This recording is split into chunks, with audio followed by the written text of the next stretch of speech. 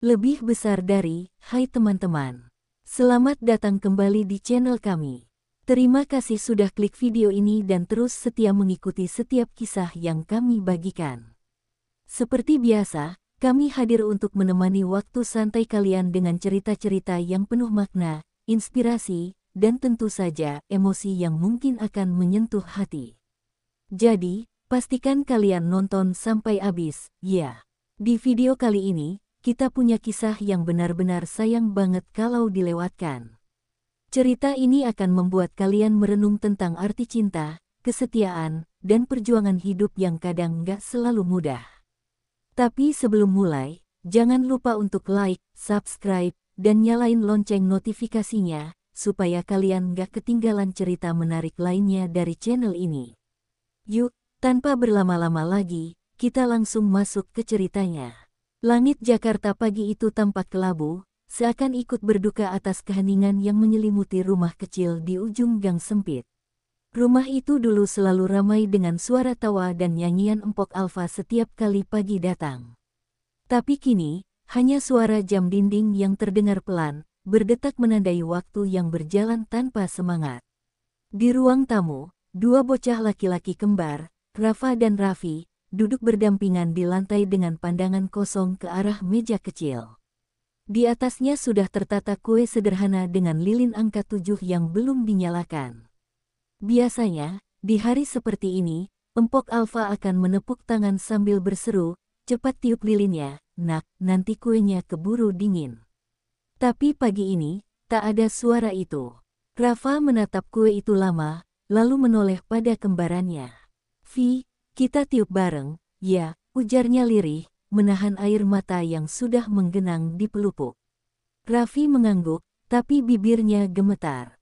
Tatapannya tak lepas dari foto besar di dinding, foto Empok Alfa yang tersenyum lebar dengan daster bunga-bunga dan kerudung lusuh. Dulu, tangan itu yang selalu membelai kepala mereka setiap kali takut. Dulu, senyum itu yang menenangkan setiap tangisan. Sekarang, senyum itu hanya ada di bingkai. Sunyi menekan dada keduanya. Sudah 2 bulan berlalu sejak kepergian sang ibu tercinta. Namun, setiap sudut rumah masih dipenuhi jejaknya. Panci yang dulu dipakai memasak masih tergantung di dapur, gelas kesayangannya masih berada di rak, dan bantal kecil tempat Empok Alfa biasa bersandar masih beraroma wangi minyak telon. Rafa sering duduk di sana diam-diam, berharap bisa mendengar suara lembut ibunya lagi. "Aku kangen, Bu," bisiknya hampir setiap malam. Hari ulang tahun yang seharusnya menjadi hari penuh tawa kini terasa seperti mengulang luka lama, hari yang menegaskan bahwa mereka kini benar-benar sendiri di dunia. Namun, di tengah kesedihan itu, suara ketukan pelan di pintu memecah keheningan. "Assalamualaikum," suara lembut menyapa dari luar. Rafa berlari kecil membuka pintu, dan di sana berdiri Tante Mira, adik Empok Alfa. Wajahnya teduh, meski tampak lelah. Di tangannya ada beberapa bungkus makanan dan sebungkus kecil kado berwarna biru muda. "Selamat ulang tahun, anak-anak," katanya sambil memeluk mereka erat. "Hari ini harus tetap bahagia, ya. Ibu kalian pasti senang lihat dari sana." Rafa dan Raffi menatap satu sama lain. Senyum kecil akhirnya muncul di wajah mereka, meski samar dan masih disertai air mata. Tante Mira kemudian menyalakan lilin di atas kue dan berkata, "Ayo, kita nyanyi bareng, buat ibu juga." Suaranya bergetar, tapi hangat. Lagu "Selamat Ulang Tahun" terdengar pelan di antara isak dan tawa kecil. Ketika lilin itu ditiup bersama, angin lembut dari jendela terbuka ikut berhembus, membuat api lilin padam seolah ada yang meniup dari arah lain. Semua terdiam sejenak. Rafa menatap ke jendela, lalu berbisik pelan, "Itu ibu, Vi, ibu ikut tiup lilinnya." Raffi tersenyum dengan mata berkaca-kaca. Hari itu, untuk pertama kalinya sejak kepergian Empok Alfa, mereka percaya cinta seorang ibu tidak pernah benar-benar pergi, ia hanya berubah bentuk, menjadi angin yang lembut, menjadi cahaya hangat yang menyelimuti setiap ulang tahun mereka. Sore itu, rumah kecil peninggalan Empok Alfa terasa berbeda. Biasanya, setelah makan siang, Rumah itu hanya dihuni suara kipas angin dan dengung nyamuk, tapi kali ini terdengar langkah kaki dan tawa kecil dari para tetangga yang datang. Tante Mira sibuk menatap piring, sementara Bu Santi, tetangga sebelah, membawa piring berisi bihun goreng. Biar rame dikit, ya, Mir. Kasihan anak-anak, masa ulang tahun sepi. Katanya sambil tersenyum hangat. Tante Mira hanya mengangguk, menahan haru di dada. Ia tahu, Empok Alfa pasti senang melihat semua orang datang bukan karena belas kasihan, tapi karena cinta. Rafa dan Raffi duduk di kursi kecil di pojok ruangan, menatap semua orang yang datang membawa makanan, balon, dan beberapa hadiah kecil. Mereka tidak menyangka, di tengah kesedihan, masih ada begitu banyak kasih yang mengalir untuk mereka. Raffi menatap kakaknya dan berbisik, "Vi, kayak dulu ya, waktu ibu masih ada." Rafa tersenyum pelan. "Iya, tapi sekarang kita rayain buat ibu juga." Saat itu, tanpa mereka sadari, di atas meja ada satu kursi kosong, kursi yang dulu selalu diduduki Empok Alfa setiap kali menyuapi mereka potongan kue. Kursi itu dibiarkan kosong, tapi seolah kehadiran sang ibu masih duduk di sana, memperhatikan dengan senyum yang tak terlihat. Di tengah keramaian, Tante Mira memanggil Rafa dan memberinya selembar kertas kecil yang dilipat rapi. "Ini pesan dari ibu kalian," katanya lembut. Rafa membuka kertas itu perlahan. Tulisan tangan itu jelas milik Empok Alfa, dengan huruf miring khasnya. "Kalau nanti ibu nggak bisa rayain ulang tahun kalian, tetap nyanyi, ya. Ibu pasti dengar dari langit. Jangan sedih, ibu cuma pindah tempat, bukan pergi selamanya." Mata Rafa langsung berkaca. Ia memeluk kertas itu ke dadanya seolah memeluk ibunya sendiri. Raffi yang duduk di sebelahnya pun ikut menangis, lalu berbisik, "Ibu beneran nulis ini?" Rafa mengangguk sambil menahan suara tangisnya. Suasana di ruangan seketika hening. Hanya suara isak kecil dari beberapa tetangga yang meneteskan air mata tanpa sadar. Tante Mira memeluk si kembar erat-erat. "Lihat, nak, ibu kalian sayang banget. Sampai dari surga pun masih ingat ulang tahun kalian," katanya dengan suara parau. Raffi menatap kue ulang tahun di depan mereka yang sudah mulai meleleh karena panas, lalu berucap lirih, "Bu, makasih, kami tiup lilinnya buat ibu, ya." Bersama Rafa, ia menutup mata dan meniup lilin dengan pelan. Seketika, hembusan angin dari jendela membuat api kecil itu padam sempurna. Semua orang saling berpandangan, lalu tanpa sadar menatap langit yang mulai memerah di luar sana. Saat itu, matahari sore tampak lebih lembut dari biasanya, menembus tirai jendela dengan cahaya keemasan yang hangat. Rafa menatap ke arah cahaya itu, lalu tersenyum samar. "Vi, aku rasa ibu lagi duduk di awan sana, lihat kita dari atas," katanya dengan nada yakin. Raffi mengangguk pelan, menatap langit yang sama. Di dadanya, ia merasakan sesuatu, rasa tenang yang tak bisa dijelaskan, seolah pelukan lembut Empok Alfa kembali menghangatkan mereka. Hari itu, ulang tahun mereka bukan lagi sekadar perayaan umur, tapi juga perayaan cinta seorang ibu yang tetap hidup, bahkan dari balik langit. Malam itu, suasana rumah kembali sepi setelah semua tamu pulang. Sisa balon warna-warni masih menempel di dinding, sebagian sudah kempis. Lilin kecil yang tadi ditiup kini tinggal lelehan di atas piring, sementara aroma nasi goreng dan bihun masih samar di udara. Rafa dan Raffi duduk di depan rumah, menatap langit malam yang bertabur bintang. Mereka membawa 2 potong kecil kue coklat di piring plastik. "Ini, buat ibu," kata Raffi sambil menaruh sepotong kue di dekat pot bunga melati kesayangan Empok Alfa. "Biar ibu juga ngerayain." Rafa mengangguk dan menatap bintang paling terang di langit.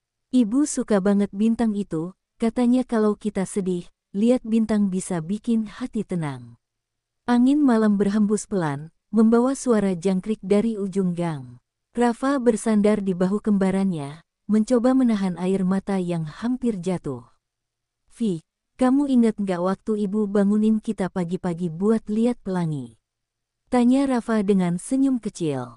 Raffi tertawa pelan, meski matanya berkaca.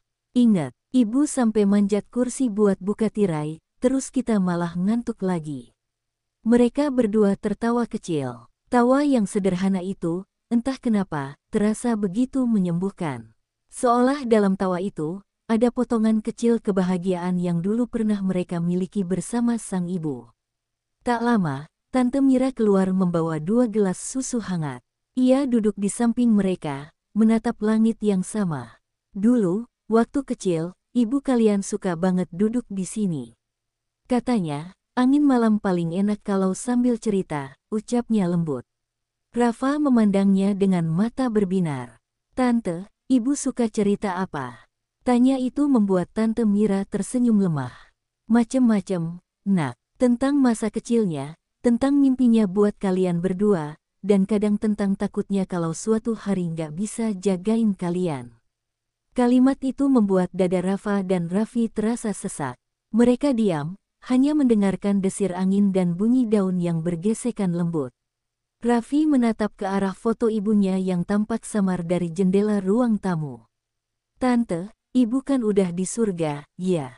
Berarti ibu bahagia? Tanyanya polos. Tante Mira mengelus kepala Raffi dan tersenyum. Iya, nak, ibu kalian sekarang udah tenang. Tapi ibu nggak pernah bener-bener pergi. Coba kalian dengerin hati kalian sendiri. Kalau kalian rindu, doa kalian pasti sampai. Rafa menatap adiknya, lalu menunduk, berdoa dalam diam. Ia tak tahu doa seperti apa yang harus diucapkan, tapi hatinya berbisik pelan, terima kasih, Bu, udah kasih kami cinta yang besar. Ketika malam makin larut, Rafa dan Raffi tertidur di pangkuan Tante Mira. Wajah mereka tampak damai, seolah mimpi sedang mempertemukan mereka kembali dengan sosok yang mereka rindukan. Tante Mira menatap kedua anak itu dengan air mata menetes perlahan. Alfa, bisiknya lirih, anak-anakmu kuat sekali. Kamu nggak usah khawatir. Mereka tumbuh dengan cinta yang kamu tanamkan. Di langit malam itu, bintang paling terang tampak berkelip 2 kali, seolah menjawab janji itu. Keesokan paginya, sinar matahari menembus jendela dapur rumah kecil itu, menyinari meja kayu yang sudah berwarna kusam karena sering digunakan. Rafa dan Raffi masuk sambil berlari kecil, berharap bisa menemukan jejak ibunya yang dulu selalu sibuk menyiapkan sarapan. Tapi yang mereka temui hanyalah Tante Mira yang tengah mencoba memasak sesuai resep empok Alfa dari buku catatan tua. Aroma rempah dan wangi nasi kuning mulai memenuhi dapur, meski rasanya tentu belum sesempurna buatan sang ibu. Ayo, kalian bantu Tante, ya. Ibu pasti mau kalian belajar masak juga, ucap Tante Mira sambil tersenyum hangat. Rafa membuka buku resep itu dan melihat tulisan tangan empok Alfa yang masih rapi, masaklah dengan hati, bukan hanya bumbu. Rasa haru langsung menggelayuti dada Rafa.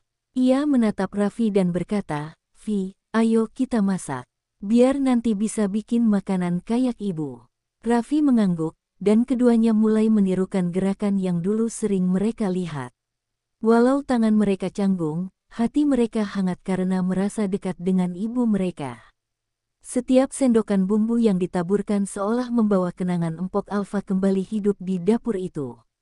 Saat mereka memasak, Tante Mira menceritakan berbagai kisah tentang empok Alfa, mulai dari masa kecilnya, kegemarannya menanam bunga melati, hingga bagaimana ia selalu memperhatikan anak-anak tetangga dengan penuh kasih sayang. Rafa dan Raffi mendengarkan dengan penuh perhatian, sesekali tertawa melihat tingkah lucu sang ibu ketika masih muda. Kisah-kisah itu bukan hanya menghibur, tapi juga mengajarkan mereka bahwa keberanian, ketulusan, dan kasih sayang adalah hal yang harus dijaga, warisan paling berharga dari empok Alfa. Tidak terasa, aroma masakan semakin menguat, dan meja kini penuh dengan hidangan sederhana tapi menggugah selera, nasi kuning, tumis sayuran, dan kue kecil yang baru saja dipanggang.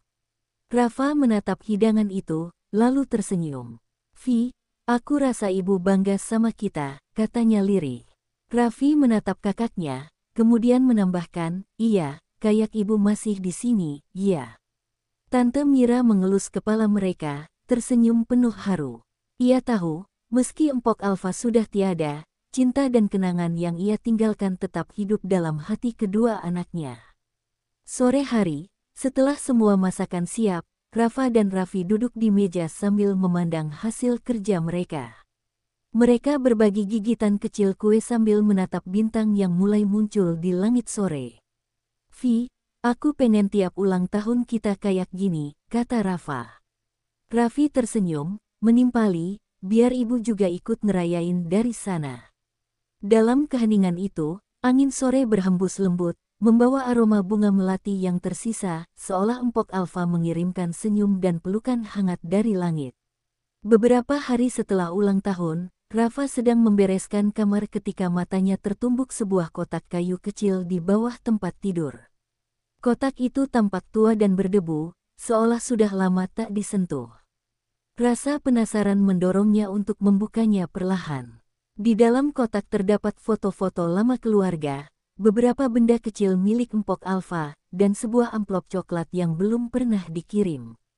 Ia menatap amplop itu lama, merasakan kehangatan aneh, seolah tangannya bisa merasakan cinta sang ibu yang masih tersimpan di situ. Dengan hati berdebar, Rafa membuka amplop itu dan menemukan selembar kertas dengan tulisan tangan Empok Alfa yang khas. Kata-katanya lembut namun tegas, "Nak, kalau nanti ibu udah nggak bisa jagain kalian, jangan takut. Dunia memang kadang kejam, tapi kalian punya satu sama lain. Ibu percaya, kalian bisa jadi anak baik, yang tahu makna kasih sayang. Jangan pernah lupakan doa, karena itu cara paling cepat buat bicara sama ibu." Rafa menatap kata-kata itu, matanya berkaca-kaca, dan perlahan ia merasakan kehangatan yang luar biasa dari pesan sang ibu. Raffi yang masuk ke kamar melihat kakaknya memegang surat itu. "Itu surat ibu, ya, Rafa?" tanyanya dengan suara bergetar. Rafa mengangguk sambil memeluk surat itu ke dadanya. "Iya, Vi, ibu tulis buat kita, supaya kita tetap kuat," jawabnya lirih. Raffi menatap kakaknya dengan mata berkaca. "Kita janji, Rafa, kita bakal bikin ibu bangga," bisiknya. Mereka duduk bersila di lantai, memeluk satu sama lain, sementara angin sore menembus jendela dan seolah membawa bisikan Empok Alfa, "Aku selalu ada di hati kalian." Tante Mira yang sedang berada di ruang tamu mendengar suara anak-anak itu, dan ia masuk perlahan. Menatap keduanya yang memeluk surat dengan penuh haru, ia tersenyum tipis. "Itu warisan ibu kalian, Nak. Pesan dan cinta yang gak akan pernah hilang. Simpan baik-baik, dan lakukan apa yang ibu tulis," ucapnya sambil mengelus kepala Rafa dan Raffi. Kedua anak itu mengangguk, seakan memahami pesan di balik kata-kata sang ibu. Bagi mereka, surat itu bukan sekadar kertas, tapi jembatan yang menghubungkan mereka dengan Empok Alfa yang sudah tiada. Malam itu, setelah membaca surat berulang kali, Rafa dan Raffi memutuskan untuk menaruhnya di bingkai kecil di ruang tamu. Setiap pagi sebelum berangkat sekolah, mereka selalu menatap surat itu, tersenyum, dan berbisik, "Pagi, Bu." Rasanya seperti Empok Alfa benar-benar ada, menyertai langkah mereka, memberi keberanian, dan mengajarkan arti cinta dan doa. Surat itu menjadi pegangan hidup mereka, tanda bahwa meski ibu mereka sudah pergi, kasih sayangnya tetap hidup, menyinari hati Rafa dan Raffi di setiap hari yang mereka jalani.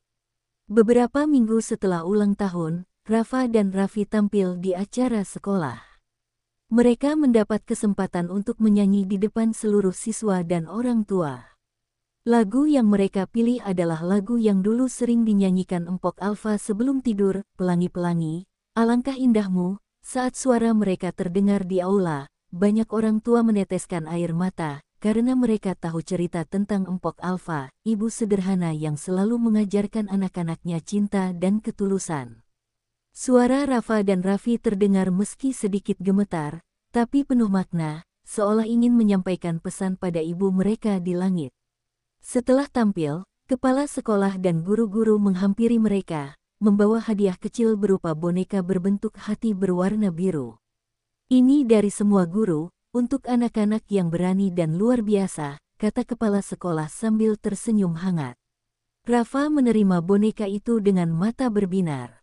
Ia memandang Raffi, lalu berbisik pelan, "Aku yakin ini ibu yang kirim lewat hati Bu Guru, Vi. Ibu pasti bangga lihat kita."